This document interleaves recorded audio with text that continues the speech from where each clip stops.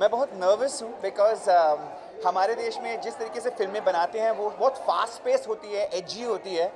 और ये जो बंदा है ये फ्रांस से है, ये हमारे डायरेक्टर साहब है पियर।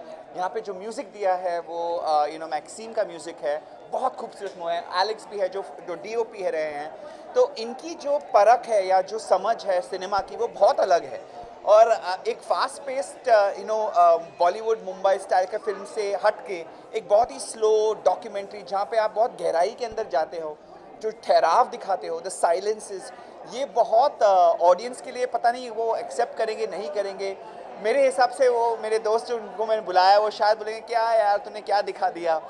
सो I felt it's different, but उनके लिए ये बहुत इंपॉर्टेंट थी बिकॉज उनको लगता है कि यही लाइफ है। Life is not always the rush, it is also the contrast. जो अंदर की बातें हैं जब आप अपने आप में चले जाते हो तो वो वाली चीज़ें जो हैं जो उन्होंने में देखी और उन्हें लगा कि इसमें ज़्यादा गहराई है। और जो मैं दिखाता हूँ टीवी पे वो एक अलग पहलू है, वो टीवी के लिए बनता है, वो एंटरटेनिंग के लिए है, लेकिन एक नॉन एंटरटेनिंग साइड भी होता है जहाँ पे आप अपने आप में रहते हो और वो भी एक सच होता है। तो वो सच को पियर ने दिखाने की कोशिश की है। सो आई एम नर्वस।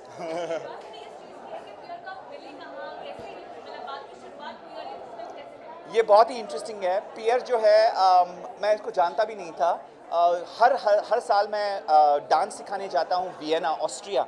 और वहाँ पर जाके क्या हुआ कि उसके बाद मैं 1-2 हफ्ते के लिए हॉलीडेज़ करता हूँ। तो मैं एक कंट्री चूज़ करता हूँ या सिटी चूज़ करता हूँ। तो मैंने एक जगह चूज़ की थी कॉर्सिका। वहाँ पर जाके एक आइलैंड है, फ्रेंच आइलैंड है। तो वहाँ पर गया, होटल बुक किया था, लेकिन जहाँ पे गया 6 बजे शाम के थे, उन्होंने बोला कि आपकी बुकिंग कैंसिल हो गई क्योंकि हमने किसी और को दे दिया।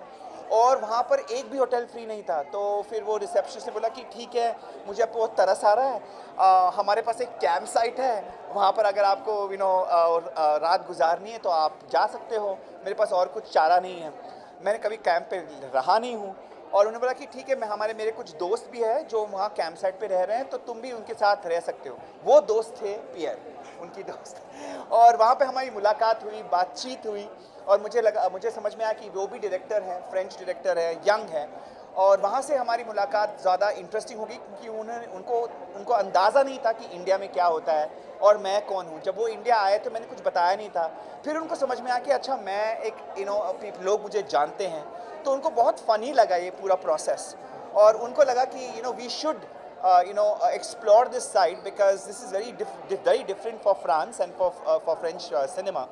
So he explored that angle of it, and he enjoyed shooting. He followed me around for almost 1.5 years, 3 months. और कभी कभी वो मेरे सेट पे आ जाता था अचानक, and I would be like आप क्या कर रहे हो यहाँ पे। कभी कभी मैं शोज़ करने जाता था तो मुझे पता भी नहीं था कि वो वहाँ पे टपक आ जाता था, बोलते मुझे शूट करना है कि पीछे क्या होता है, गाने के पीछे क्या होता है, शूटिंग के पीछे क्या होता है। So it's in that zone. Okay, What do sorry. you want to say about our meeting and what this film is about? Okay. Yeah, at the beginning, when I proposed to Terence to make a documentary about him, he was thinking that I wanted to shoot him in TV shows, performing, etc. And me, I told him, Terence, I want to shoot you when you are alone in your car, alone walking in a park, alone at your flat. And he told me, are you serious? And I said, yeah, it's exactly what interests me. Actually, I wanted to show a part that I knew because I was close to Terence. He was like a brother for me. And I had time in Mumbai with him like a friend, and I saw a lot of things very interesting. And I told him, Terence, I am very interested only in the parts that people don't know. So during 3 months, he was very surprised that sometimes I was shooting him behind him in a park. He said, what are you doing? No, Terence, it's very interesting. Let me, trust me. And he trusts me actually. And I think the movie talks about the parts of Terence, and it could be another guy, another star actually. It could be you, it could be us. Because we have all Those emotions and those feelings. exactly, we have all a private Life. exactly. And Terence in this movie have let me show it. So Thank you. Yeah. So basically, we can see a raw version of Yeah. like unseen version. Yeah, it is an honest and also a very vulnerable side of mine कि जो हम शायद और without makeup, hair, lights, just the simplicity of it all. तो वो it's a most simple Terence that you probably that is probably only my close people know. So I think it's going to be interesting and sometimes it's also important to make people realize कि ये glamour के पीछे एक इंसान है जो एकदम बहुत ही सादगी में रहता है and I enjoy the simple things in life.